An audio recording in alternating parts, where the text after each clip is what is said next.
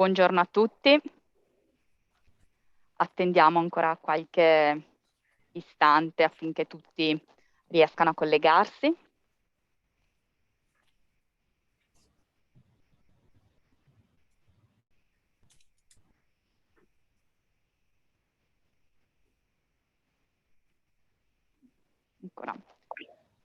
Ancora un attimo di pazienza.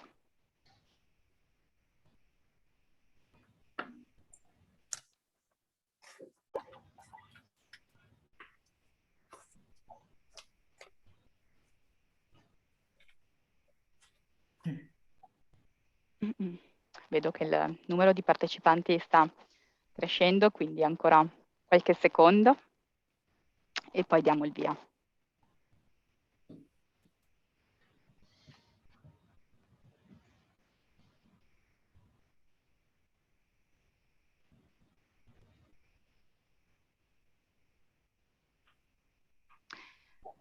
Bene, di nuovo buongiorno a tutti, grazie a tutti voi che vi siete collegati questa mattina, quest'ultimo appuntamento dell'anno del Consorzio del Conegliano Valdobbiadene Prosecco di OCG.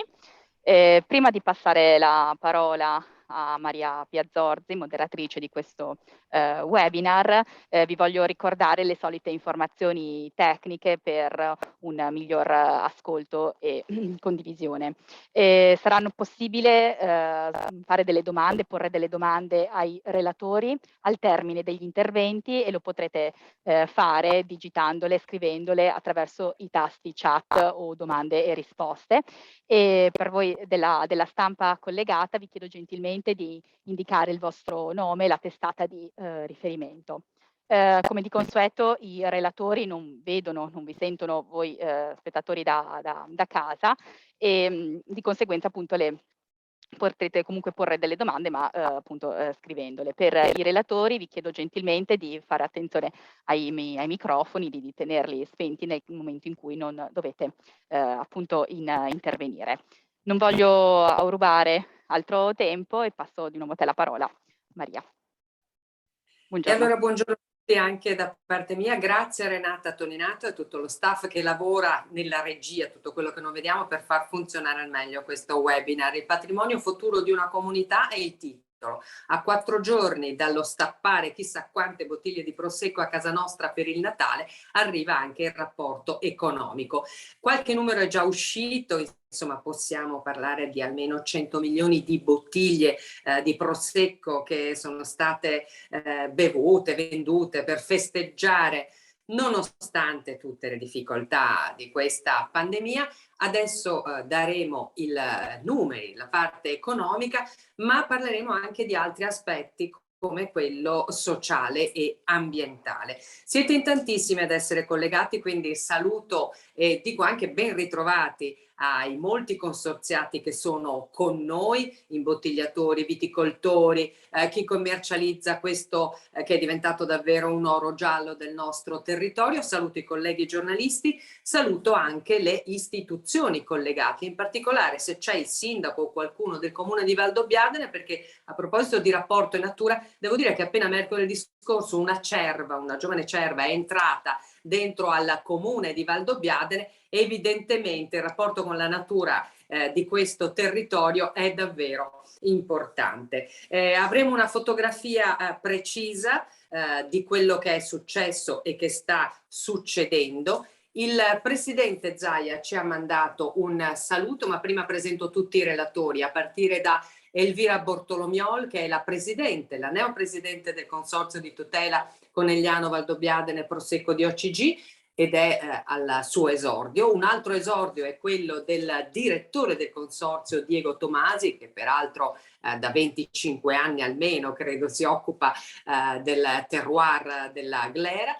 Poi il professor Eugenio Pomarici, da 17 anni con la sua istituzione lavora su quelli che sono i dati economici del Prosecco, e ancora Enzo Risso, direttore scientifico di Ipsos Italia, il sociologo Aldo Bonomi, che ha fatto un gran lavoro proprio parlando con i consorziati, e ultimo ma non ultimo l'economista della Bocconi di Milano, Severino Salvemini.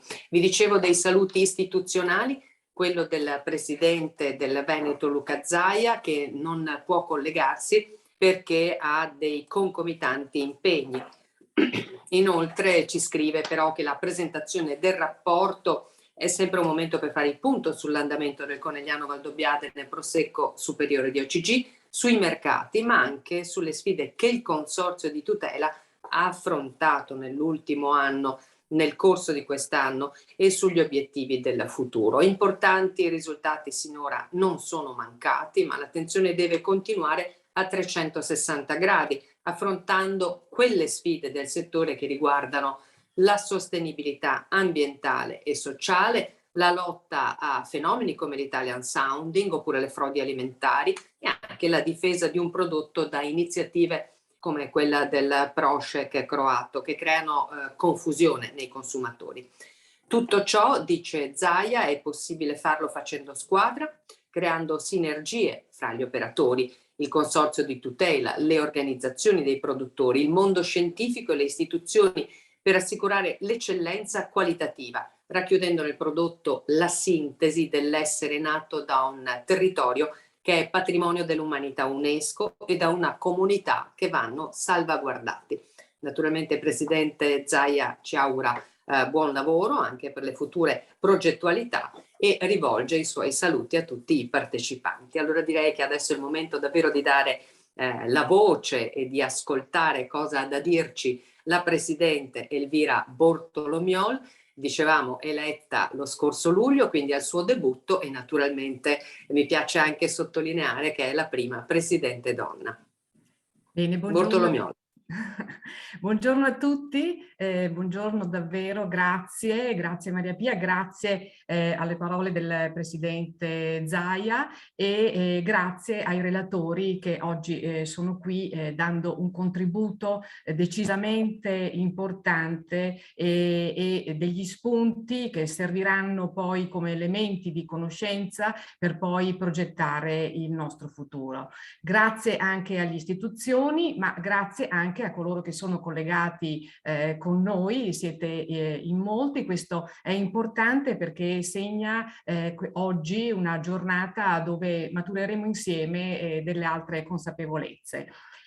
In questi primi sei mesi del mio mandato abbiamo messo l'accento su importanti progetti, ma anche sull'importante figura del direttore, del dottor Diego Tomasi, che oggi è qui con noi, non solo come testimone di tutto il lavoro fatto fin qui, ma anche per aprire assieme a me una riflessione importante e quella più importante dell'anno, perché non solo toccheremo i numeri e vedremo i numeri, ma anche vedremo quali saranno le linee guida che ci porteranno poi allo sviluppo di un progetto per i prossimi anni e non solo, per essere poi competitivi nel 2022, che sarà un anno davvero importante. Grazie alla Presidente, estremamente sintetica. Allora abbiamo detto progetti, riflessioni, competitività. Direttore, avete un bel programma, ci può dire un po' quali sono le tendenze del vostro lavoro, di come pensate di muovervi? Avete una bella platea questa mattina ad ascoltarvi. Sì, grazie a tutti, buongiorno e ovviamente mi unisco ai ringraziamenti che ha fatto la Presidente a tutti quelli che ci stanno ascoltando.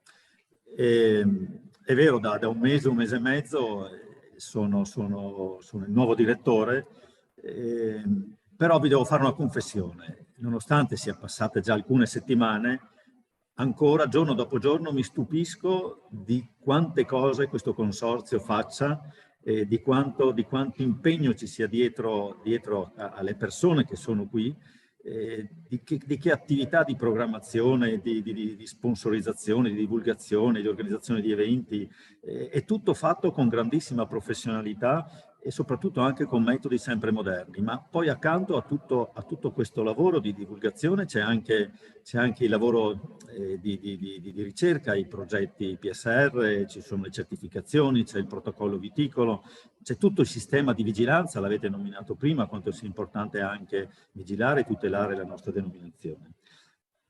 E allora mi chiedo, ma io, nuovo direttore, cosa posso fare ancora di più in un sistema così ben collaudato, in un sistema così aggiornato e soprattutto in un mondo di queste persone, di questi colleghi, di questi 13-14 colleghi che ci sono, così effervescenti ed entusiasti.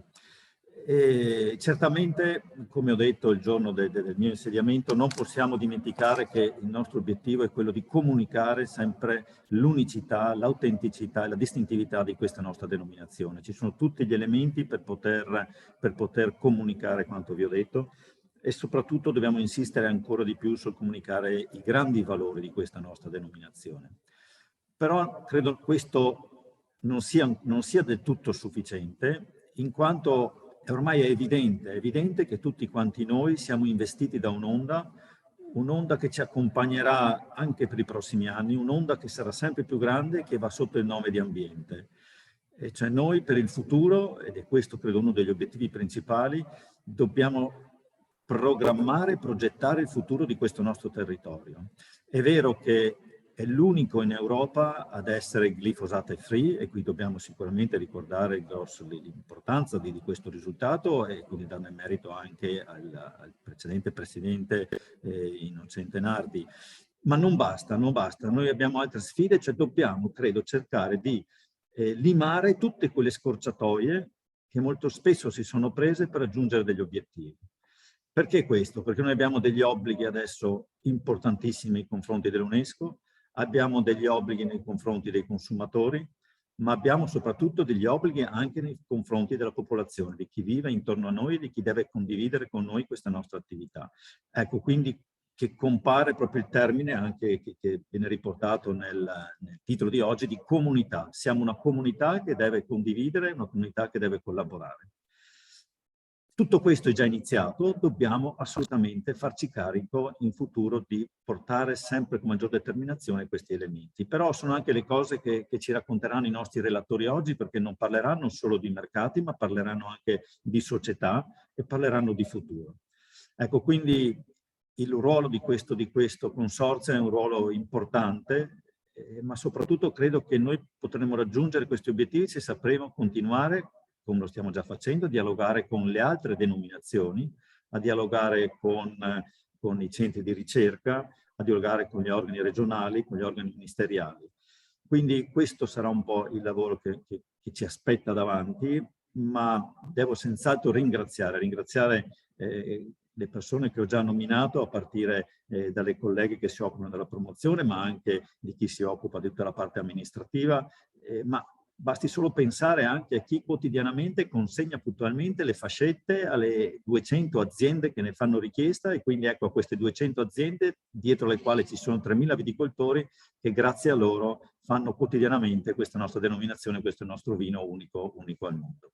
Quindi grazie ancora e benvenuti e poi spero nel futuro di avere veramente ancora altre occasioni e molte occasioni di raccontarvi dei successi che raggiungeremo via strada facendo. Grazie ancora. Allora, grazie al direttore Diego Tomasi. Io ho anche percepito una certa emozione nel proporsi così con tutti. È un peccato non potersi vedere in presenza, questa sarebbe stata una bella occasione per la Presidente e anche per il direttore. I programmi sono molti, però abbiamo capito che con questo grande prodotto che portiamo nel mondo dietro c'è anche una grande squadra e che le idee ma anche le cose da fare non mancano. Allora andiamo a vedere qual è la situazione con il rapporto economico e con il professor Pomarici. Abbiamo anticipato grandi traguardi economici. Chi ha letto oggi il Corriere della Sera avrà visto che si parla di bollicine da record e leggendo i capoversi dell'articolo la parola prosecco di OCG, Conegliano, Valdobbiadene, grandi attrici che comprano terreno, scrittrici che raccontano storie attorno alla glera, insomma siamo sul pezzo come si dice. Professor Pomarici, buongiorno. Buongiorno a lei, grazie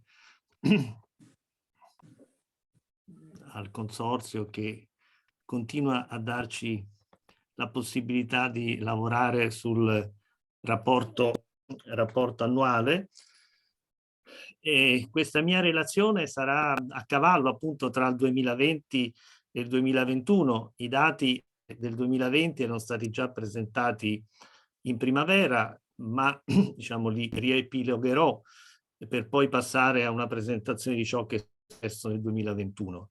Di fatto noi abbiamo visto un 2020 di resilienza e vediamo un 2021 di crescita importante. Presento una relazione che è frutto del mio lavoro, ma anche del professor Boatto, che è l'ideatore di questo progetto del rapporto annuale, e io do una mano da qualche anno, ma lui va al merito di averlo dato e portato avanti, e il dottor Barizan. Bene, quindi presenterò innanzitutto dei dati del 2020, l'anno della resistenza, la dinamica della produzione, la destinazione dell'offerta, la reazione alle crisi e l'impegno della sostenibilità, importante come ha ricordato il direttore, per focalizzarmi sulla ripresa, qual è la situazione di partenza, le aspettative e cosa è stato messo in atto, l'evoluzione delle vendite, di cui già abbiamo detto, ma ancora importante l'evoluzione del vino, dei prezzi del vino e dell'uva, per arrivare a qualche annominale. Bene, relativamente al 2020 noi abbiamo avuto una produzione complessiva di tutta la denominazione in linea con gli anni precedenti sui 92 milioni di bottiglie, e ciò che è importante però, quindi con sostanzialmente una stabilità sia in termini di volume che in termini di valore, anche se per la verità in termini di valore nel 2020 noi misuriamo un piccolo incremento, il che è sempre un segnale importante. Se pensiamo alle vendite dello spumante della denominazione, che oramai è largamente la tipologia più importante, e vediamo anche una piccola contrazione in volume e il piccolo aumento in valore di cui abbiamo detto. Complessivamente di spumante di OCG sono state vendute nel 2020 88 milioni di bottiglie per circa $500 miliardi di valore, quindi cifre estremamente importanti.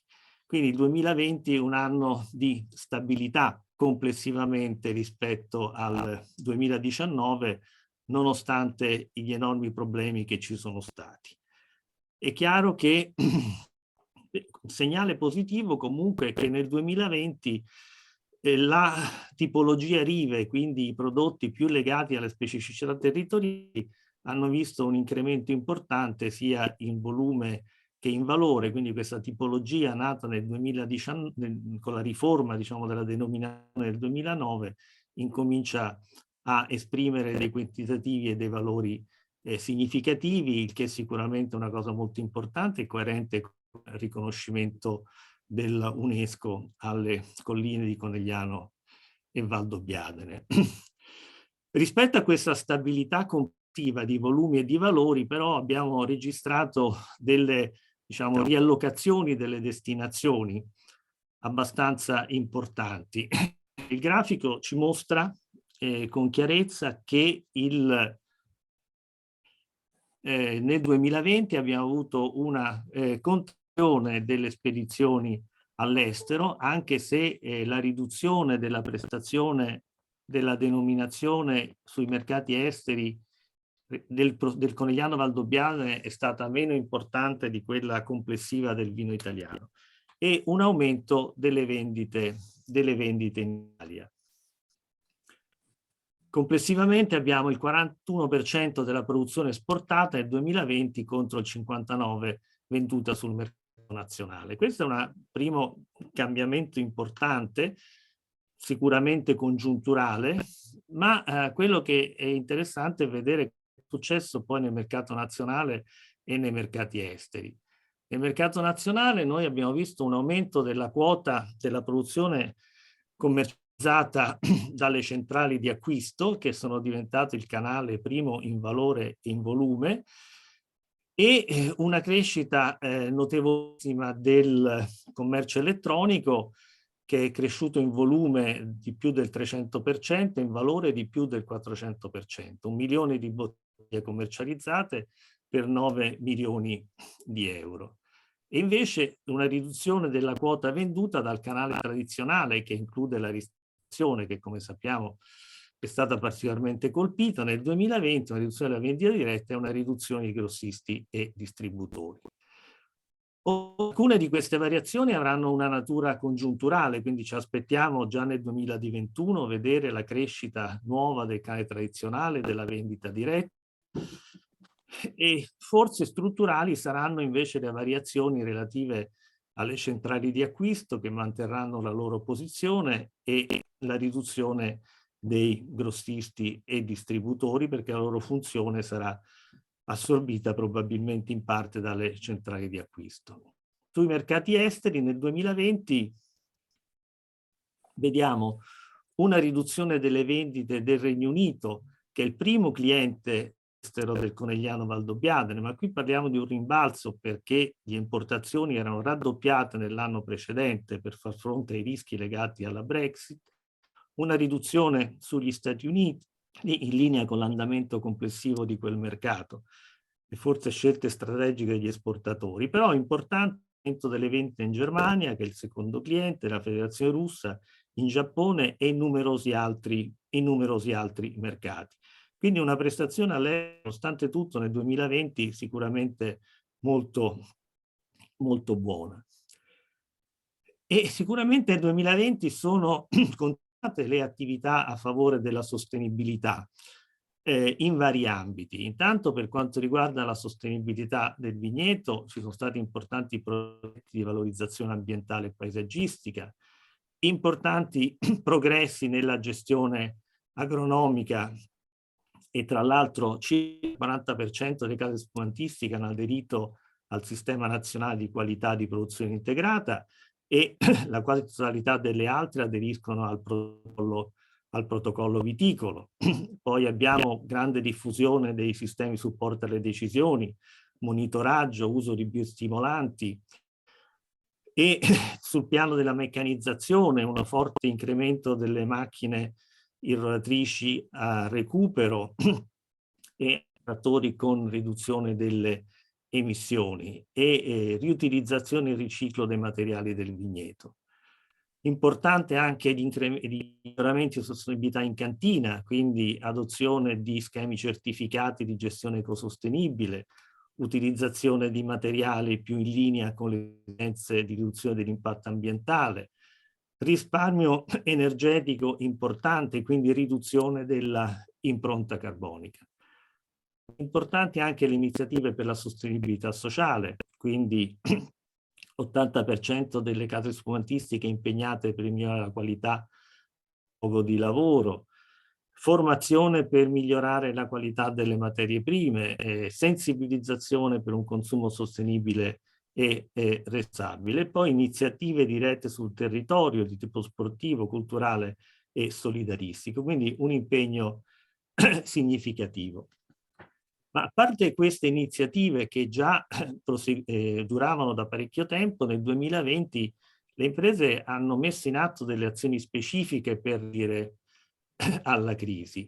Ovviamente sul piano dei canali di vendita, per trovare sbocco in canali rispetto a quelli usualmente praticati, e questo vale soprattutto per le imprese più legate al canale tradizionale e alla ristorazione. È stato importante, diciamo, il sistema di collegamento tra le imprese, perché il 63% delle case spumantistiche hanno ceduto la loro produzione ad altri produttori che erano collegati con i canali più aperti. Ovviamente sviluppo dell'e-commerce, abbiamo visto, e altri canali di fornitura diretta, ma grandissimo impegno per rivoluzionare, diciamo, le attività di comunicazione e promozione una transizione verso le tecnologie digitali veramente portentosa. È interessante anche un incremento dell'impegno sull'offerta enoturistica. Infatti nei mesi estivi quello che si è registrato nel 2020 è che più di un terzo delle aziende hanno registrato un incremento della presenza dei turisti.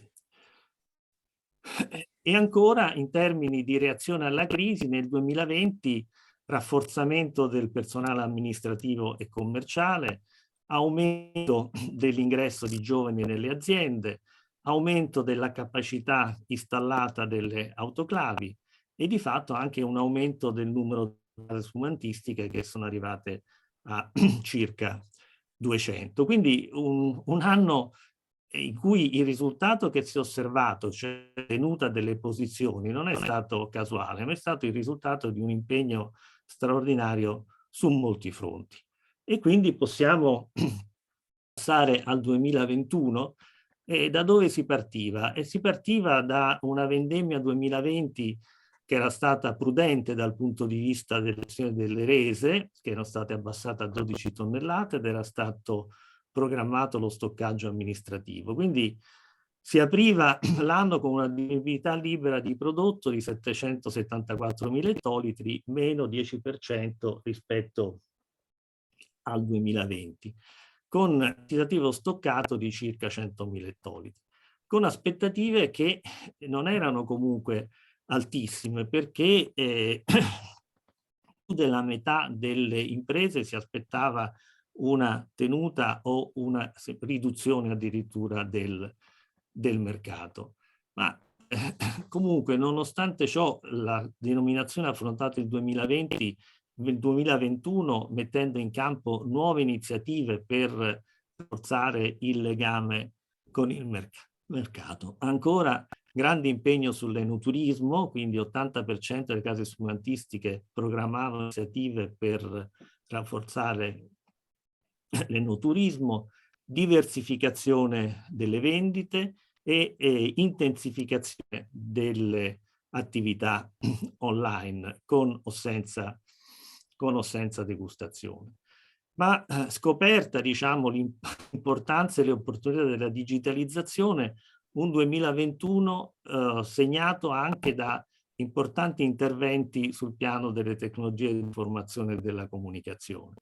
Quindi 32, partiamo da un terzo delle aziende che hanno programmato di rafforzare la dotazione hardware e software, interventi specifici in quote importanti della popolazione delle case sfumantistiche per arrivare addirittura, insomma, circa il 7% delle case sfumantistiche che hanno programmato di mettere in atto una, diciamo, crescita del sistema informativo aziendale per arrivare a sistemi evoluti del tipo ERP, quindi Enterprise Resource Planning. Quindi un 2021 segnato da progressi importanti sul fronte della digitalizzazione. E tutto questo ha pagato, diciamo, dal punto di vista delle vendite. Noi in questo momento possiamo seguire l'andamento delle vendite attraverso l'andamento delle certificazioni. Qui mettiamo a confronto le certificazioni del 2021, le colonne gialle con le certificazioni del 2020, e quindi vediamo incrementi importantissimi delle certificazioni in molti mesi. E di fatto a gennaio-ottobre 2021 non avevamo ancora ieri i dati che ci sono stati disponibili oggi, certificate 83 milioni di bottiglie, quindi il 12% in più sul 2020. Questo andamento molto favorevole delle vendite ha consentito di liberare le quantitativi in stoccaggio amministrativo, di affrontare la vendemmia del 2021 senza restrizioni sulle rese o imposizioni o programmazioni di stoccaggio amministrativi, e nonostante questo, insomma, si è arrivati a livelli di giacenze prima del nuovo raccolto estremamente bassi. Di fatto, come è stato già accennato, la previsione del 2021 sarà di andare oltre le 100 milioni di bottiglie, largamente oltre le 100 milioni di bottiglie. E al di là dei volumi, ovviamente sono importanti i prezzi, ed è quindi interessante vedere come il mercato è stato, come si dice, in tensione durante tutto il 2021. I prezzi sul mercato intermedio del vino base Atta Conegliano Valdobbiadene sono cresciuti costantemente durante il 2021 e adesso siamo oltre i 2,5 euro al litro, direi 2,6 euro, quindi non siamo tornati ai livelli a cavallo tra il 2017 e il 2018, ma siamo tornati a livelli molto alti e direi fisiologici. E questo ha avuto un riflesso anche sul mercato dell'uva durante l'ultima vendemmia. Vedete che la vendemmia 2020 comunque era stata caratterizzata da una tenuta dei prezzi, il che è stato un ottimo risultato della gestione dell'offerta da parte del consorzio. Ma in questa ultima vendemmia i prezzi sono stati ancora più alti, circa 1,5 euro al litro. Questo significa una buona remunerazione della base agricola, il che in una denominazione come questa è estremamente importante. Quindi posso arrivare, credo, rispettando i tempi, alle note finali che volevo porre.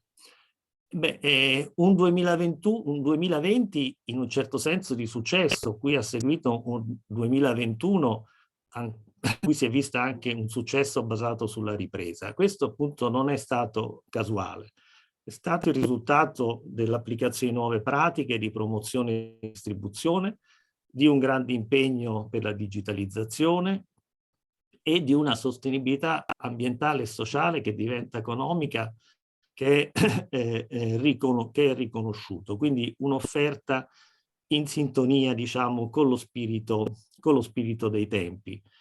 Cose sulle quali si dovrà continuare a lavorare, come ricordava il direttore, ma già una realtà importante, non si parte da zero. E cosa ci porterà il futuro?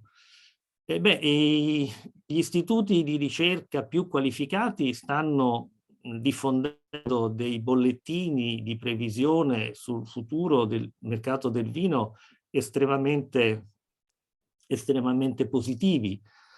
L'Istituto Statista tedesco prevede da qui al 2025 una crescita del mercato del vino in ragione del 5% all'anno in volume e 7% all'anno in valore. Ora, queste previsioni vanno prese ovviamente con grandissima cautela, però il significato generale, insomma, di una previsione di rafforzamento del mercato, soprattutto delle bollicine, ma su questo poi persone più qualificate di me ci forniranno un quadro più dettagliato, credo, ma questa è la prospettiva. Relativamente a questa prospettiva di crescita sono, a mio parere, a nostro parere, gli obiettivi per la denominazione.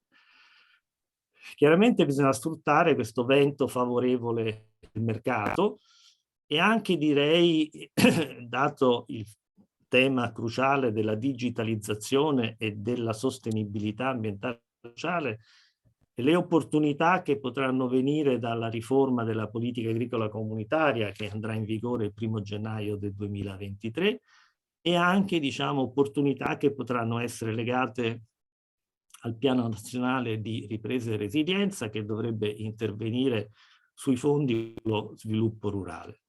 Ma per fare che cosa, diciamo? Beh, essenzialmente per riprendere la crescita del valore unitario del prodotto della denominazione. Questo valore unitario è cresciuto in modo importante fino al 2019. 2020 e 2021 saranno probabilmente degli anni di stabilità, ma anche in sintonia, diciamo, con il contributo di reputazione che viene dall'UNESCO, si dovrà impegnare per la crescita in valore, anche perché il limite fisico della produzione è appunto o molto prossimo ad essere raggiunto. Non si potrà andare in termini numero di bottiglie molto oltre i 150 506 milioni di bottiglie. Quindi questo è il vincolo con il quale si deve fare i conti, e quindi la crescita dovrà essere nei prossimi anni crescita essenzialmente in valore. E vi ringrazio per l'attenzione e naturalmente risponderò volentieri alle domande che eventualmente mi saranno poste.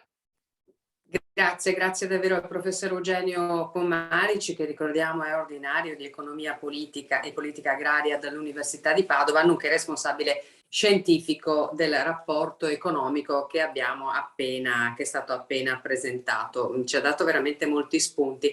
Direi che la cosa importante è sentire che c'è questa sintonia con quelli che sono, diciamo, usando un termine solo, le priorità che ci ha dato anche l'UNESCO, e quindi questa capacità di innovare, digitalizzazione, i giovani che arrivano. E poi ho chiesto una curiosità prima al professor Pomarici, cioè gli ho chiesto quanto vendiamo in Francia, e abbiamo raddoppiato in Francia. Ve lo dico anche qui per un piccolo aneddoto: sono stata in Borgogna, arriviamo in questo bel castello, una cantina da 17.000 bottiglie, quindi una cosa piccola. Da dove venite? Siete i primi italiani che arrivano fin qui. E quando abbiamo detto di dove siete, Treviso, hanno detto Prosecco. Cioè abbiamo conquistato una certa identità. Allora adesso con Enzo Risso, che è direttore scientifico di Ipsos Italia, anche lui da circa un anno, allarghiamo un po' l'orizzonte di questa conversazione per capire come si muove e fa le sue scelte il consumatore globale, naturalmente tenendo conto anche dei cambiamenti della pandemia, e poi anche analizzando ulteriormente i dati, che cosa succede con il consumatore italiano. Professor Risso, buongiorno e benvenuto anche a lei.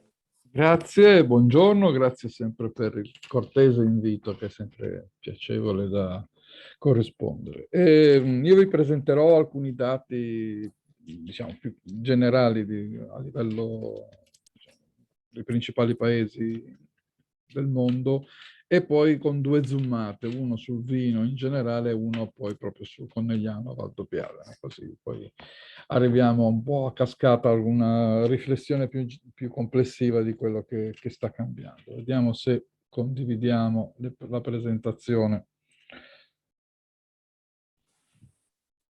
Ecco qui, sperando che funzioni bene, perché sapete che... C'è tutto. Adesso vediamo solo se si muove. Avete visto la seconda pagina? Che c'è scritto Sì, Global. sì. Perfetto. Allora, questo è il quadro complessivo di alcuni temi. Questo è l'indice di fiducia dei consumatori nei vari paesi. A livello globale il confronto lo vedete tra settembre 2021 e dicembre. Il dato più grande è quello di settembre, quindi a settembre in Cina il 71% dei consumatori prevedevano una situazione stabile di crescita. Oggi è sceso al 70%, però tutti i paesi principali, come vedete, sono in arretramento. Oggi rispetto a settembre c'è stato diciamo, un crollo abbastanza significativo in Gran Bretagna, perché siamo passati dal 55% di fiducia dei consumatori al 51,3%. E il nostro paese, noi siamo al 47,3%, diciamo, eravamo al 47,3% a settembre, attualmente siamo al 46,9%, quindi c'è stato un rallentamento, però va anche detto che noi siamo praticamente, diciamo, 7 punti sopra a quello che era la situazione di fiducia nel futuro che avevano i consumatori italiani nel gennaio 2020, quindi prima della pandemia. Comunque abbiamo quindi recuperato completamente dal punto di vista della fiducia, abbiamo anche sorpassato la situazione pre-pandemica. Questa è un'analisi che facciamo a livello strutturale, intervistando stakeholder e investitori a livello globale su quella che è la mappa dei rischi percepiti. Mi interessava farvi vedere, insomma, così concettualmente quali sono i temi principali che sono nell'occhio degli investitori, che sono i cambi climatici, il rischio per la sicurezza informatica, la pandemia, il tema delle pandemie e delle malattie, l'instabilità geopolitica, i rischi per le risorse naturali e, non da ultimo, il tema del malcontento sociale e dell'esplosione di possibili nuovi conflitti sociali. Chiudo la parte così di panoramica globale sugli ESG, sulle ranking che in ogni paese l'opinione pubblica dà sulle 3 principali priorità, i 3 capitoli, macro capitoli degli obiettivi dell'ONU 2030, che sono appunto il tema di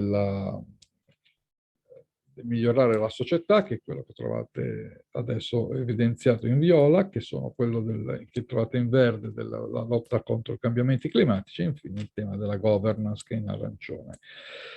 Come vedete, il dato italiano mette al primo posto, come priorità assoluta, il tema di migliorare la società, quindi di intervenire sulle condizioni sociali e economiche del paese, e in secondo luogo il tema dell'ambiente e della lotta contro i cambiamenti climatici. Lasciando per ultimo, noi siamo tra i paesi, siamo tra gli ultimi paesi interessati al tema della governance e del cambiamento delle gestioni complessive. Qual è stato l'impatto del Covid?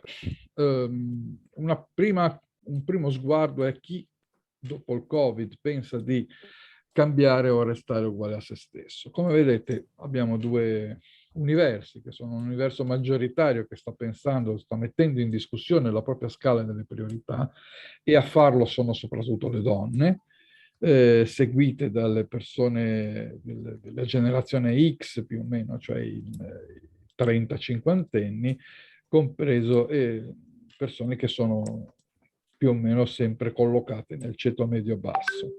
Le persone che invece non hanno alcuna intenzione di cambiare, pensano di rimanere uguali a se stessi anche dopo il Covid, sono il 39%, soprattutto uomini, persone più adulte, quindi baby boomers, over 50enni e soprattutto ceto medio. Una curiosità che è interessante, la ritroviamo, dato Italia, lo ritroviamo all'interno della mappa globale, è quello che è una spinta sempre più forte a comprare local. Quindi è una transizione che poi, su cui ragioneremo un pochino alla fine, tra quello che è il made in Italy, made in, a un made in local, cioè compro da chi ha una produzione locale, compro qua vicino, compro in qualche modo dalle imprese che hanno una storia, che hanno un radicamento in una tradizione, che hanno qualcosa da raccontare in modo particolare. Ed è un dato, questo del comprare local, in crescita del 5% rispetto alla pandemia, con dati che sono già alti, come in Italia il 63%. Come vedete ci sono altri paesi come il Giappone, la Svezia, la Germania, dove tutto il tema del local, dell'archetipicità è molto forte in questo periodo. Altra cosa che è decisamente in crescita è il tema del cibo da asporto, il delivery. Abbiamo in Italia un 48% di persone che compra o ormai si diletta nell'acquisto del cibo di asporto. Non è solamente la pizza, il kebab, ma è anche un'attenzione a diverse tipologie di cucina, la possibilità che ha dato anche l'esperienza pandemica di conoscere anche ristoranti che fanno cibo da asporto, che fanno cucina da asporto. Terza cosa, l'ha segnalata bene con i numeri in modo molto concreto il professor Pomarici, questa crescita dell'e-commerce, dello shopping online. In Italia siamo al 48% delle famiglie che ha fatto in qualche modo acquisti online, e siamo il 6º paese nel mondo per incremento degli acquisti online dopo Gran Bretagna, Stati Uniti, Cile, Corea del Sud e Canada.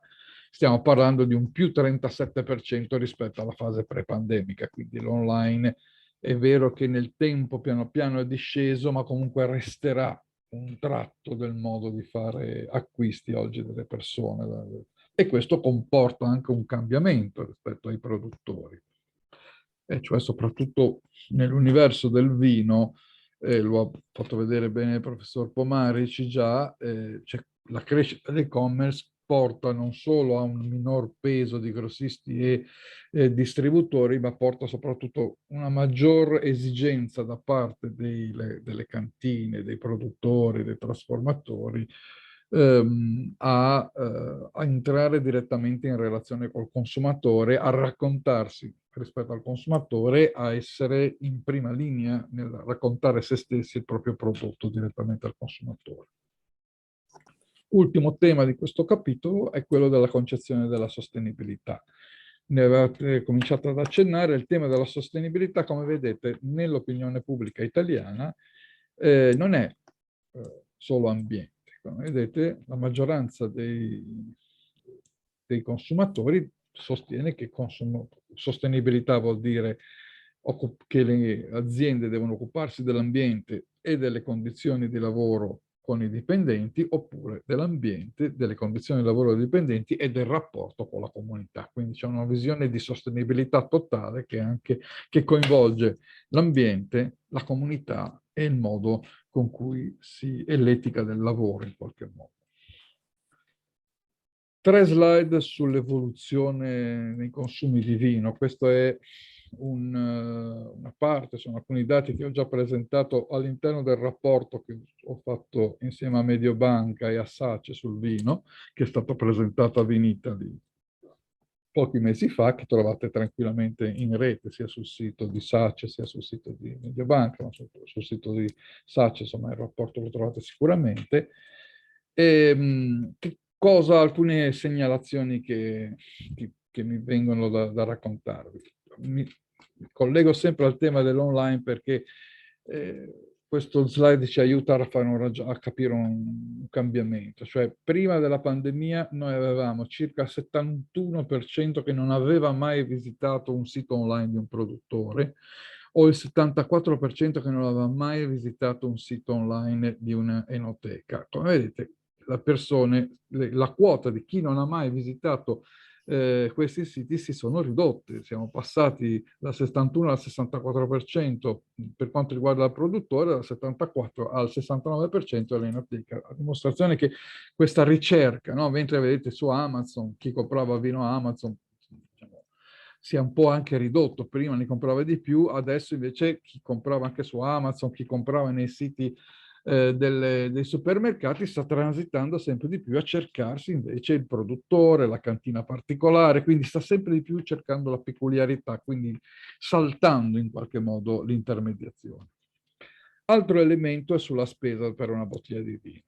Qui c'è una cosa che mi sentivo di segnalare, era un dato che c'è una forma di polarizzazione, cioè cresce la disponibilità di quanti sono disposti a pagare una bottiglia oltre 10 euro, quindi cresce la disponibilità a pagare un po' di più il vino e allo stesso tempo aumenta la disponibilità, aumenta la quota di persone che sono disposte a pagarlo meno, quindi massimo una bottiglia intorno ai 6 euro, 5, 6 euro, 4, 6 euro, eccetera.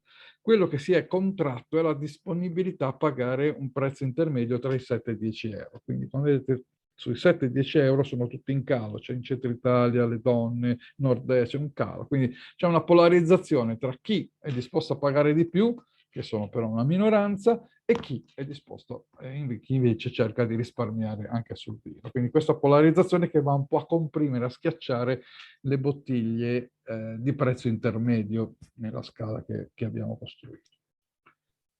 Altro elemento di cui si parla tanto è quello del biologico. Qui, come vedete, tanto guardiamo i dati e poi facciamo un piccolo ragionamento, cioè nel senso c'è un alto interesse verso il biologico, con un 36% di persone che dice che ha un interesse a comprare vino e bottiglie del biologico. C'è un medio interesse intorno al 33% e un basso interesse, cioè una quota del 31% completamente disinteressata. Questi dati vanno presi con cautela, perché è vero che c'è un interesse al biologico, ma è anche vero che poi passare dall'interesse all'acquisto di vino biologico, soprattutto sul vino, è molto più rallentato. Il biologico è cresciuto in termini di vendite in questi anni, però è sempre una piccola nicchia. E questo è anche legato al fatto che dietro il vino comunque è un prodotto molto culturale, è un prodotto in cui c'è un tema della tradizione, un tema del gusto in particolare, quindi da questo punto di vista c'è un tema di tipologia di vigneti che rallenta anche la penetrazione del bio, fermo restando che comunque non possiamo non registrare che c'è comunque un interesse, un'attenzione verso questo tipo di produzione. 3 slide sul Conegliano Valdobbiadene Prosecco Superiore d'OCG.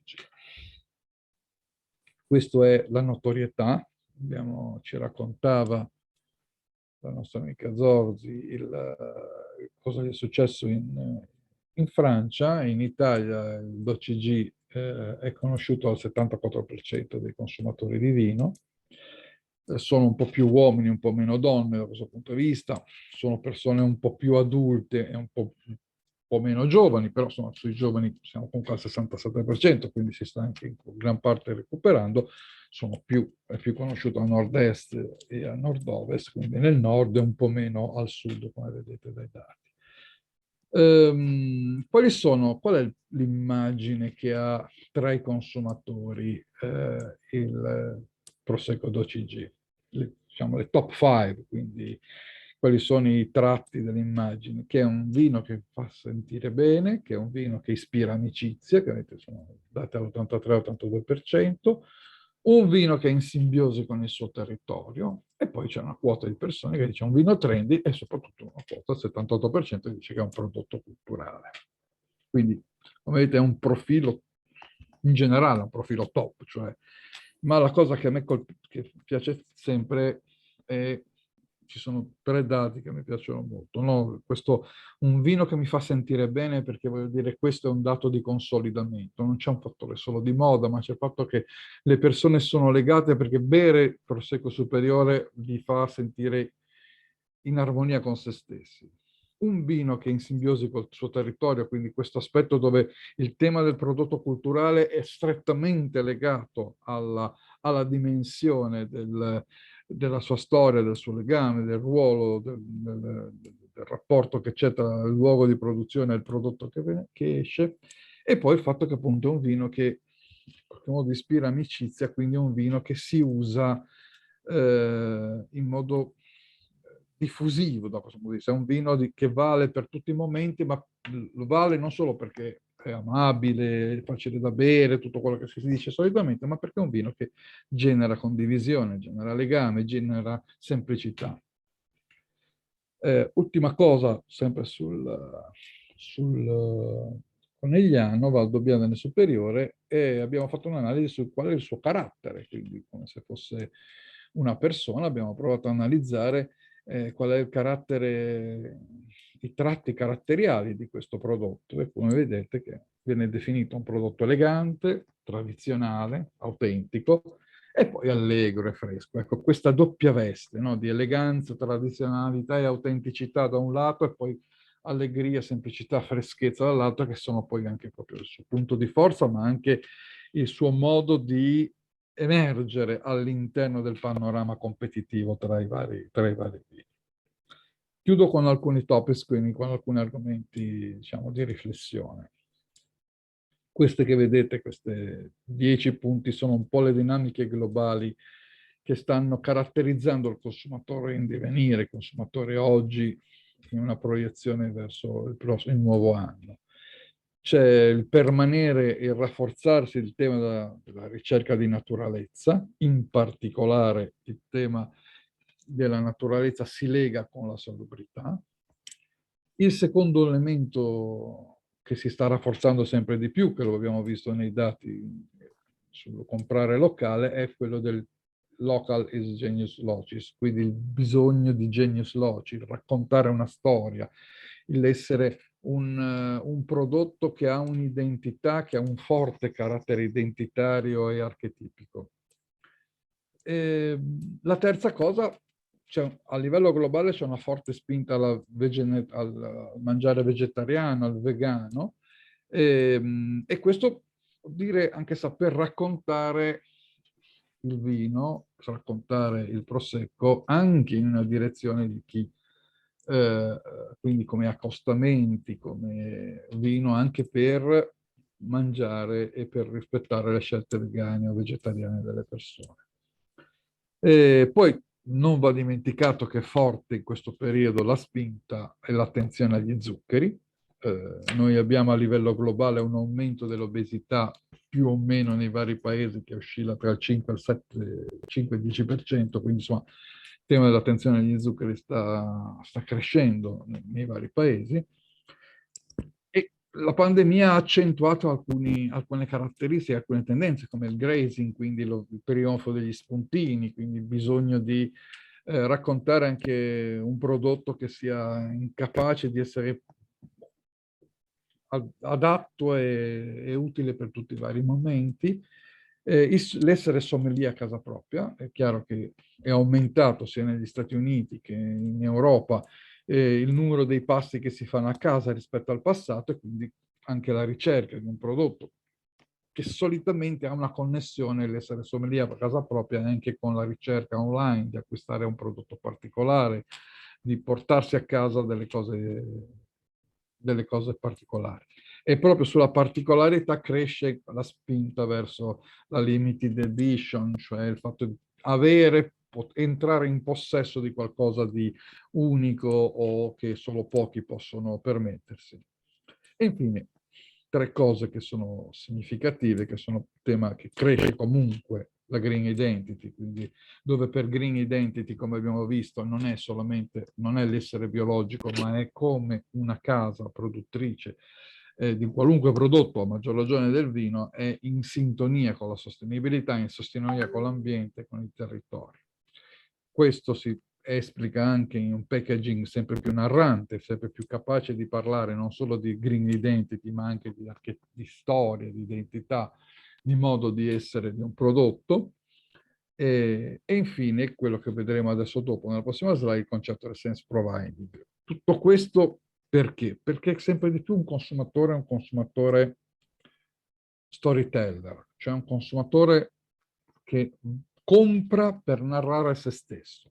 Compra, sceglie prodotti, sceglie il vino, sceglie le bollicine perché vuole raccontare una storia di sé, perché vuole portare in scena se stesso e attraverso i prodotti che compra racconta una storia. Questo cosa accentua? Accentua il fatto che bisogna che i prodotti siano prodotti in grado di narrare una storia, di raccontare un'identità, di raccontare, di valorizzare il soggetto che li acquista. Quindi sempre di più il tema del costruire un'identità intorno e un'identità, una tradizione, un modo di essere da parte dei produttori diventa fondamentale proprio per vendersi e per vendere i propri prodotti. Chiudo con un ultimo tema che riguarda i brand. In generale, negli ultimi anni si è sviluppato una riflessione sul purpose, quindi sullo scopo delle aziende. Io credo che dal punto di vista del marketing si possa parlare di questa evoluzione. Si è passati da un'idea del posizionamento di marca, del posizionamento del prodotto, del proprio brand all'interno del campo di consumo, quindi del mercato, a l'idea di un'azienda che si dà uno scopo, quindi che non ha solo un posizionamento, appunto il purpose è qual è il mio scopo, quali sono il fine, a quello che oggi è un sense providing, cioè sense providing vuol dire qual è il ruolo dell'azienda nella società, qual è il suo contributo alla società, qual è il suo modo di essere all'interno della società. E sempre di più i consumatori stanno premiando quelle imprese, quelle aziende, quei brand che non solo sono ben posizionati, che non solo si danno uno scopo, ma che attraverso lo scopo che si danno sono degli attori per migliorare la società, come abbiamo visto sugli ESG, per intervenire sull'ambiente e per essere dei contributori a un rasserenamento, a un rafforzamento della società e delle comunità in cui vivono e operano. Questo è quanto, io vi ringrazio e per un qualche dubbio sono qua. Grazie al professor Enzo Risso. Allora, mi è piaciuta molto questa ultima affermazione, essere capaci di dare un senso, di procedere alla comunità, e benissimo si inserisce, abbiamo parlato anche di Genius Loci, con la relazione che sta per presentarci l'intervento del sociologo Aldo Bonomi, che come sappiamo è fondatore e direttore del consorzio Aster, e che in questi mesi ha raccolto tutta una serie di interviste, di opinioni, e allora le ascoltiamo subito. Grazie. Allora dico subito che intervenire dopo i dati presentati dalla scienza fredda, i più cattivi chiamano l'economia la scienza triste, ma mi astengo, ma soprattutto interroganti rispetto a un salto d'epoca. Non basta più il PIL, ragioniamo di BES, benessere ecologico e sociale. E dopo anche il quadro, diciamo così, presentato sulle tendenze globali, riprecipitare dentro il tema della comunità interrogante è una sfida non da poco. E devo dire, dopo aver riletto con attenzione il lavoro di interviste in profondità fatto sul territorio, devo dire che traggo 3 considerazioni citando un grande antropologo che ha lavorato sulla tradizione civica nelle regioni italiane, Robert Putnam, che dice una cosa esemplare. Le virtù civiche, quelle scaturite dalla comunità, precedono l'economia, non viceversa. E quindi deduco da questo una prima raccomandazione alla Presidente. Manteniamo le virtù civiche. Senza virtù civiche non ci sono nemmeno i processi competitivi e i numeri delle bottiglie e dell'economia che ci sono stati presentati. Poi arriva un economista, George Foix, che ha detto che queste virtù civiche vanno ricercate in quello che lui ha chiamato il modello NEC, nord-est-centro. Quindi, a suo giudizio, anche Putnam è d'accordo, se dobbiamo trovare dove le virtù civiche hanno tenuto, bisogna guardare a dove l'Italia è più Italia, il centro Italia e anche il nord-est. Vi meraviglierà da questo punto di vista. Qui c'è una tenuta delle virtù civiche. Mi permetto di aggiungere che parlare di comunità evoca anche, non per me la nostalgia, vedremo proprio che non è un problema di nostalgia, però certamente la poesia. E cito, da questo punto di vista, Zanzotto e Pieve di Soligo, e mi permetto di citare, abbinandovi come esemplari nella rappresentazione del Club UNESCO, anche con Cesare Pavese, che ricorda le sue langhe dicendo resta sempre lassù il paese. Fatta questa premessa, che significa tenere assieme la comunità, l'economia e la poesia, per gli uomini del marketing dico che la poesia è fare marketing da tanti punti di vista, la poesia del territorio. Dico subito che in primo luogo il paese è importante. E quando ho incominciato a fare le interviste, la denominazione non è solo una perimetrazione del territorio. Mantenere questa citazione Conegliano Valdobbiadene significa tenere dentro il paese, la comunità, il comune da questo punto di vista. Ma poi soprattutto nelle interviste appare molto chiaro quello che io ho definito il titolo di questa ricerca, attraverso la terra hanno costruito e sviluppato un territorio. Perché, attenzione, nelle interviste in profondità è emerso in maniera chiara che c'è una differenza tra terra e territorio. La terra rimanda a grande questione oggi l'ecologia, ma rimanda ai contadini che fanno manutenzione, la manutenzione produce bellezza, la bellezza produce paesaggio, il tutto produce borghi, produce comunità. Quindi la terra è, in primo luogo, questo. Il territorio è una costruzione sociale. E quindi, secondo passaggio, la comunità è un elemento che costruisce territorio, nella misura in cui diventa una comunità aperta, non chiusa e rinserrata. Tant'è vero che le comunità sono tutte ricordate, ma come nella loro evoluzione.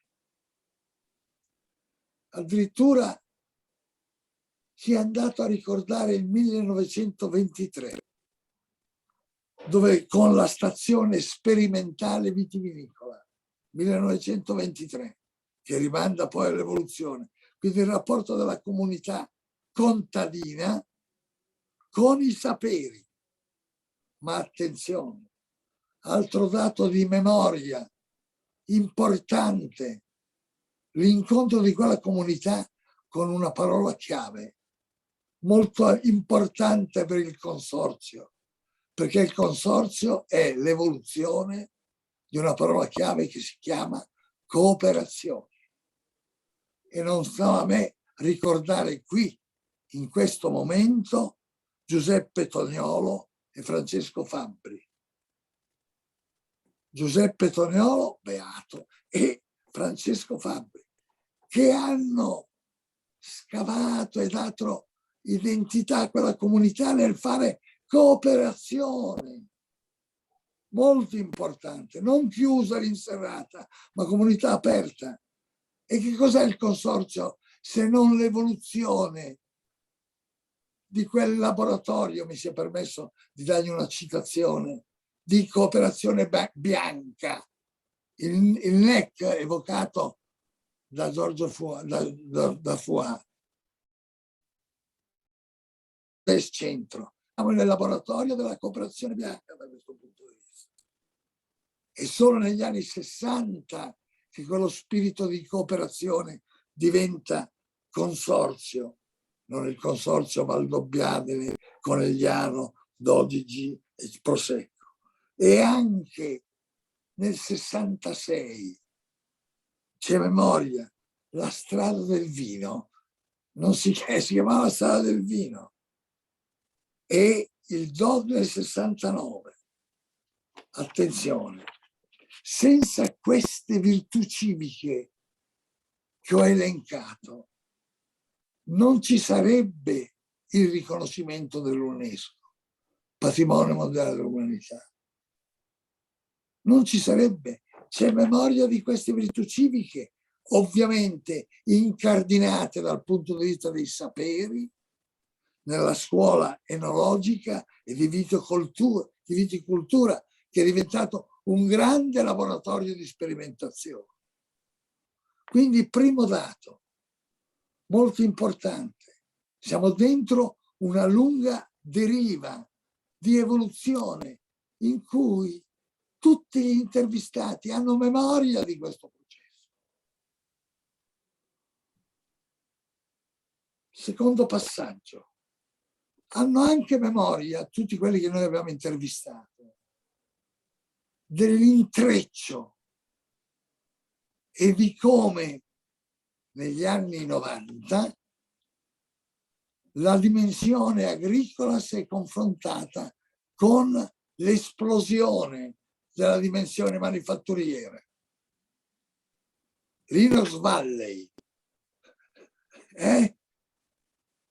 Ma attenzione, la figura del metalmezzato, i figli dei contadini che andavano a lavorare in fabbrica e tornavano.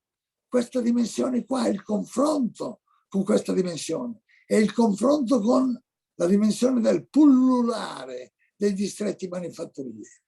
Eppure quella dimensione contadina di manutenzione del territorio ha resistito, non è stata sconfitta, anzi è diventata comunità operosa.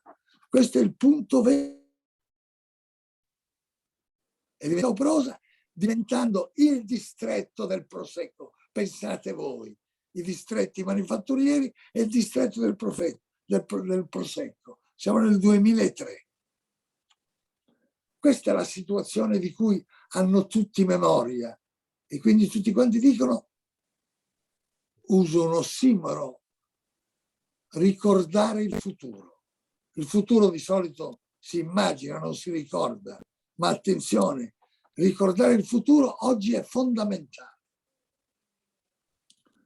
Quindi avere memoria della comunità che affronta, e qui arriviamo alla seconda parte dell'inchiesta e del lavoro che ho fatto. E gli ho chiesto, bene, se questa è la memoria, cosa rimane della comunità, di quella comunità di paese? Cosa rimane? Beh, tutti quanti rispondono, si è evoluta in una comunità operosa. Non è più solo la comunità di paese, è una comunità operosa, che però ha delle sfide da questo punto di vista. In primo luogo, quali sono le sfide che sono davanti? Uno, continuare con i saperi. Ma i saperi, attenzione, li avete evocati voi nei primi due interventi che mi hanno preceduto. I saperi vanno confrontati con la crisi ecologica, la sostenibilità. Questa è una prima grande sfida. Due, la via del vino di una volta. E no, oggi è diventato enogastronomia, è diventato i turismi lenti. Significa confrontarsi. Mi pare, non devo ricordarvelo io, mi pare che sia appena stata approvata in Veneto una legge regionale sul turismo per il turismo di collina. E che cos'è il turismo di collina se non emblematicamente rimanda a quella denominazione e a quei luoghi che voi avete evocato? Terza sfida, il mercato. Come si tengono assieme le reti corte con le reti lunghe appena presentate? Gli scenari Ipsos che rimandano alle tendenze dei consumi globali, quelli presentati precedentemente nel rapporto economico, le reti lunghe per andare negli Stati Uniti, per reggere in Germania, eccetera, che rimanda al mercato globale ai temi della logistica. E infine i grandi temi di come ci si muove rispetto al marketing di territorio, come ci si muove rispetto all'identità locale che diventa un prodotto rispetto a questo. E quindi, per chiudere il mio intervento, perché non è così tutto poetico, anzi, la poesia serve per capire, per raccontare, ma il problema è che oggi bisogna costruire, non basta più. La comunità di cura è quella che ha fatto manutenzione del territorio, è quello che tiene la glera. Senza comunità di cura non c'è la glera. Perfetto. Poi la comunità si fa operosa e quindi i imbottigliatori, le bottiglie, il marketing, eccetera. Perfetto anche questo. Ma qui bisogna costruire la comunità di cura larga. La comunità di cura larga che cos'è? Beh, in primo luogo è una comunità di cura larga tenere assieme 200 aziende, 3.000 addetti, le altre denominazioni. Il consorzio è sfidato a fare comunità di cura larga, tenendo assieme questi numeri, le altre denominazioni, l'autenticità. Ci sono anche le minacce, ovviamente. Avete evocato, credo che l'abbia evocato Zaia, il Prosec. È una minaccia. È una minaccia all'identità, alla denominazione, eccetera.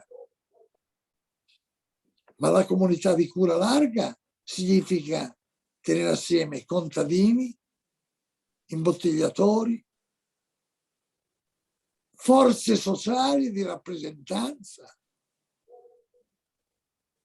in un terreno che i dati dell'economia ci dicono ovviamente estremamente attraente. La comunità operosa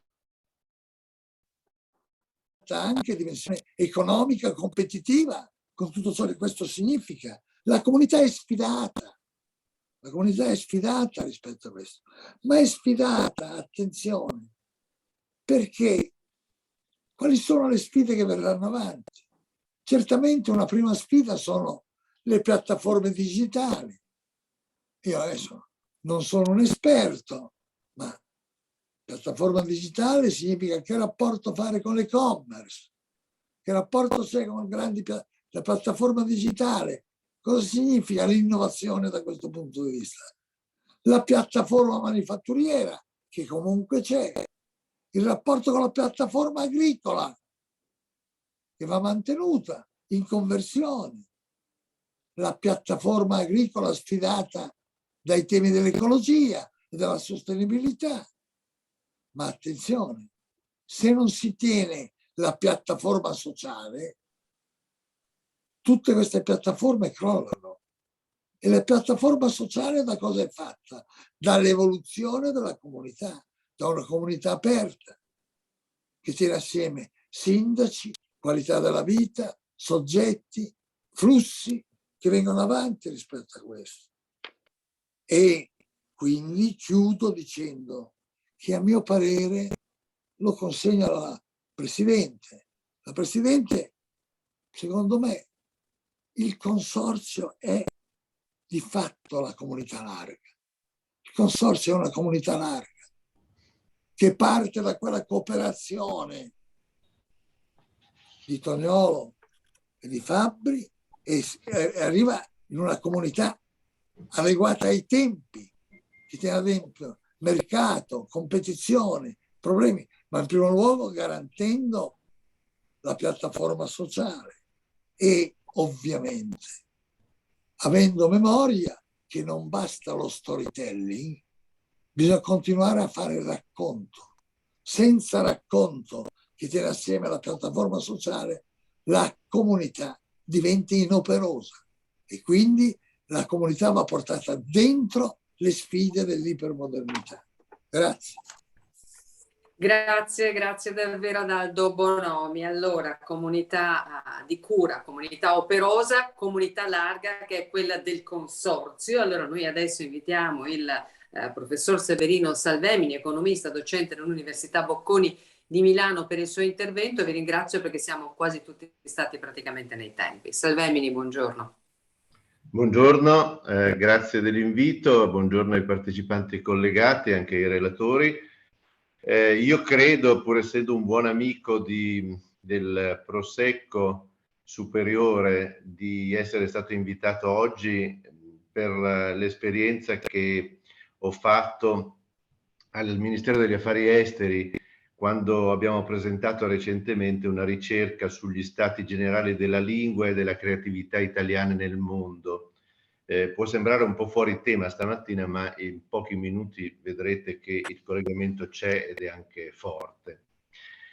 Il Prosecco ha la capacità di portare nel mondo un simbolo di italianità, quindi siamo nel pieno del Made in Italy, come è stato detto anche nelle relazioni precedenti, e questo Made in Italy ha dietro di sé secoli di intelligenza, di creatività, cioè non è solo uno slogan, stiamo parlando dei manufatti, stiamo parlando della capacità di interagire con un territorio locale sfruttandone le sue specificità, stiamo parlando di un'imprenditorialità ed uno spirito di iniziativa particolare che nel caso specifico del territorio Conegliano Valdobbiadene si sposa con tutta la storia della viticoltura eroica. È quel bello diffuso che ognuno di noi nel nostro paese respira sia nelle grandi città che nei piccoli borghi, e in un certo senso la creatività e la cultura, come diceva anche adesso Bonomi, un pilastro di qualità sociale, perché è inteso come un contesto di comunità libera, come un contesto di comunità giusta, come un contesto di comunità economicamente sviluppata. Quindi le colline del distretto Conegliano Valdobbiadene, celebrate poi dopo nel patrimonio UNESCO, rappresentano tutto questo. Cosa c'entra tutto questo con la Farnesina e il Ministero degli Affari Esteri? Ecco, recentemente c'è stato questo maxi convegno che è il risultato di un processo svolto su diversi tavoli di lavoro relativamente alla diffusione della lingua italiana all'estero. Forse non tutti sanno che la lingua italiana all'estero ha conseguito adesso il 4º posto in termini di studio, non certo in termini di parlato, al parlato siamo al 27° posto, ma in termini di studio, superando anche il tedesco e il francese. Cioè noi siamo dietro all'inglese, al cinese e allo spagnolo.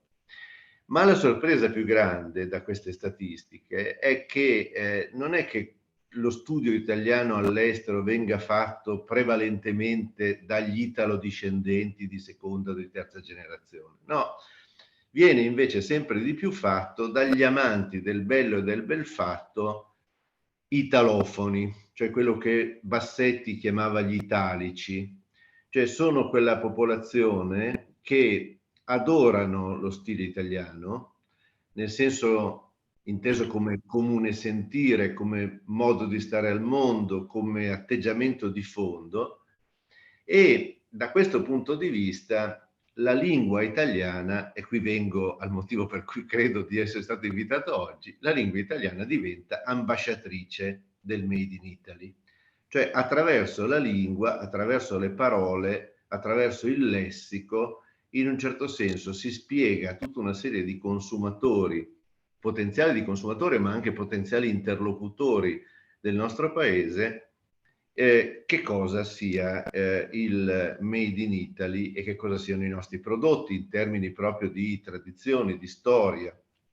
A questo tavolo di lavoro ha partecipato anche la Presidente Elvira Bortolomiol con l'esperienza del consorzio Conegliano Valdobbiadene.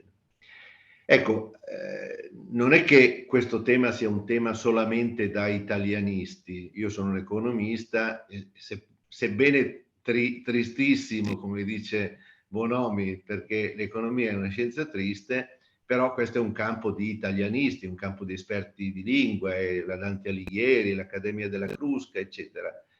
Invece c'è una novità, cioè che il nostro paese, che è sempre un po' in ritardo su queste cose, ha invece deciso di fare un passaggio che è un passaggio molto d'avanguardia. Cioè c'è una ristrutturazione in capo alla Farnesina che integra in una direzione generale la diffusione della cultura del sistema paese, quindi quella che noi siamo abituati a riconoscere nell'ambito del Ministero degli Affari Esteri, quindi gli istituti italiani di cultura e così via, con gli investimenti economici in prodotti e servizi all'estero, cioè quello che una volta veniva supportato con SACE, con ICE e così via. Quindi questo vorrà dire che il Ministero degli Affari Esteri avrà un ruolo di propulsione della nostra cultura e della nostra economia, parlando in anglosassone si potrebbe dire il soft power, parlando in italiano si potrebbe dire la dolce vita italiana, con uno sforzo corale proprio per non duplicare tutta una serie di sforzi che vengono fatti sulla marca Italia.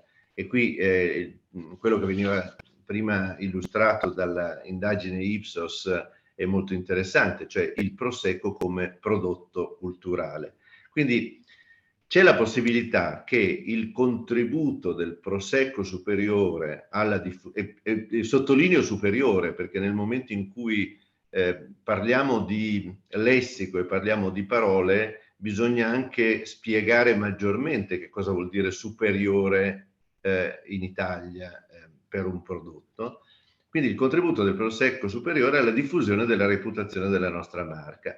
E questo verrà fatto dialogando con le scuole all'estero, dialogando con gli insegnanti che insegnano all'estero la lingua italiana, con gli istituti italiani di cultura, consentendo di vedere degli audiovisivi, la narrazione della storia, della tradizione del territorio, del processo vitivinicolo, di tutto quello che le colline del consorzio rappresentano.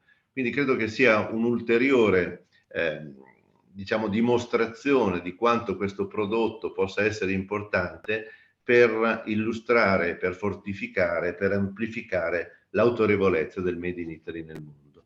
Grazie. Grazie davvero al professor Salvemini, e le chiedo così al volo, quindi avremo meno wine bar e più enoteche? Perché siamo un po' stanchi di questa egemonia inglese.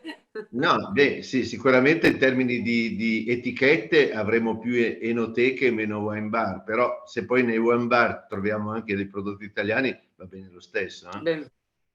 Va bene, allora grazie a tutti i relatori, credo che siamo perfettamente nei tempi, e allora chiedo a Renata Toninato se nel frattempo sono arrivate delle domande. Io so anche che il direttore Tomasi ha un'urgenza e dovrebbe lasciarci, quindi se c'è una domanda per il direttore magari la poniamo prima a lui. Renata. No, al momento non è arrivata ancora nessuna domanda.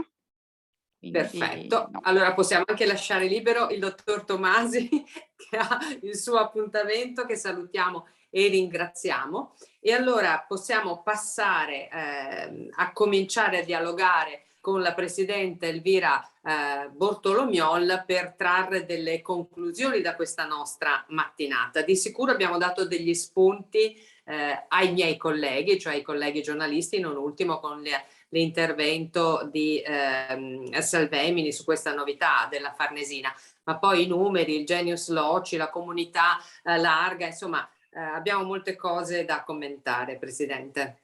Sì, infatti, grazie davvero, grazie a questi interventi, perché devo dire che ho dovuto cogliere tantissimi spunti e questo è importante perché siamo intanto collegati con la comunità oggi, e quindi immagino che questa possa essere davvero un primo passo per una condivisione davvero determinante. Mi riallaccio anch'io all'ultimo intervento del professor Salvemini.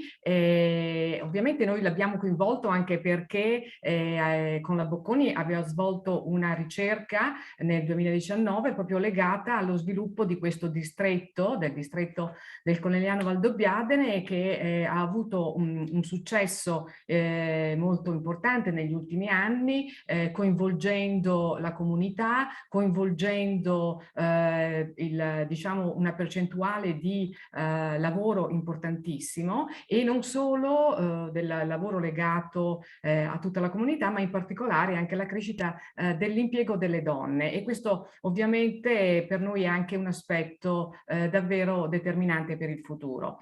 Lo ringrazio anche perché ci ha coinvolto in questa esperienza davvero unica al Ministero degli Esteri, facendoci capire come il profilo del Conegliano Valdobbiadene è un profilo culturale altissimo, e quindi questo fa capire che attraverso i nostri valori e attraverso la parola, giustamente il professor Salvemini faceva riferimento alla parola superiore, quindi al prosecco superiore, come possa declinare il proprio valore, le proprie caratteristiche, la propria tradizione. Quindi questa per noi è stata davvero un'esperienza davvero molto importante, e che ci fa pensare che il futuro deve davvero andare verso il grande valore di tutta la nostra comunità. Però diciamo, tornando ai numeri, e quindi tornando a quella che è davvero la la dimostrazione del professor Pomarici e del profilo della denominazione, che è davvero in salute a questo punto, perché tutti i dati sono in crescita, il rapporto ci mostra come tra il 2020 e il 2021 ci sia stata una convinzione maggiore da parte dei nostri produttori, scusate. E quindi con questo noi possiamo davvero immaginare che la coesione e la forza e diciamo l'impegno dei nostri produttori, dei nostri viticoltori sia stato determinante anche in un momento così difficile e così di transizione come quello che stiamo vivendo e che è successo appunto negli ultimi 2 anni. La conferma poi di questa ce l'ha data il dottor Risso, facendoci capire che lavorando nell'aspetto della sostenibilità ambientale, ma non solo, anche di quella sociale ed economica, abbiamo lavorato davvero nel imprimere e nel far capire come il nostro prodotto, il Prosecco Superiore, sia legato a una naturalità, sia legato a una sostenibilità ambientale. D'altro canto noi abbiamo lavoriamo da anni con un protocollo di gestione sostenibile del vigneto, lavoriamo su certificazioni che sono legate a una maggiore sensibilità da parte dei nostri viticoltori riguardo all'equilibrio ambientale, e questo ci ha fatto capire che insomma oltre alla viticoltura bio sarà davvero un asse importante per la nostra crescita e per la nostra evoluzione. Quindi davvero una riflessione che per noi sicuramente è la più importante in assoluto in questo momento. Ma d'altro canto, perché e come siamo riusciti ad arrivare a questo successo ce l'ha proprio dato il professor Bonomi, facendoci capire come il successo di un prodotto che comunque è partito negli anni 50, quindi è partito con una debole capacità di farsi conoscere al mondo, oggi sia davvero diffuso e esportato in circa 180 paesi, è consolidato come il prodotto che dà, diciamo, come diceva, leggerezza, che è comunque da, diciamo, identificare in un aspetto anche dell'eleganza e del legame con il territorio. Quindi questo ci fa capire come nell'evoluzione di questo prodotto la comunità sia stata determinante, e l'aspetto legato anche alla importante parola che lui ha citato di cooperazione, credo che sia una parola che vada lasciata anche alla nuova generazione. La cooperazione per noi sarà determinante ed importante per riuscire a essere sempre più coesi, e in questa maggiore coesione troveremo sicuramente ancora successo nel futuro. Quindi con questo io sono certa che riusciremo a cogliere con entusiasmo tutte queste sfide e che il futuro sarà per noi un impegno ancora maggiore per il consorzio, per condividere tutti questi contenuti, e che ascolteremo giustamente con attenzione tutte le richieste della nostra comunità, che dovrà quindi rispondere in maniera diciamo attenta. Ringrazio quindi tutti per la partecipazione, ringrazio e auguro a questo punto un buon Natale ed anche un felice e diciamo coraggioso 2022. Grazie Presidente. Chiedo per un'ultima volta se ci sono domande, altrimenti direi che possiamo chiudere qui. Il titolo era Il patrimonio futuro di una comunità. Abbiamo sentito parlare di ricordare il futuro e abbiamo scoperto, ma forse un po' lo sapevamo già, che il Prosecco è proprio una bandiera del Made in Italy e anche della lingua italiana. L'augurio è quello di stappare molte bottiglie, non solo a Natale, ma anche in futuro, il mio augurio è di stare tutti in salute. Grazie alla Presidente anche per avermi invitato ad essere qui con voi, grazie a tutti i relatori, grazie a tutti quanti ci hanno seguito e buona giornata. Grazie. Grazie, buona giornata a tutti. Grazie, arrivederci.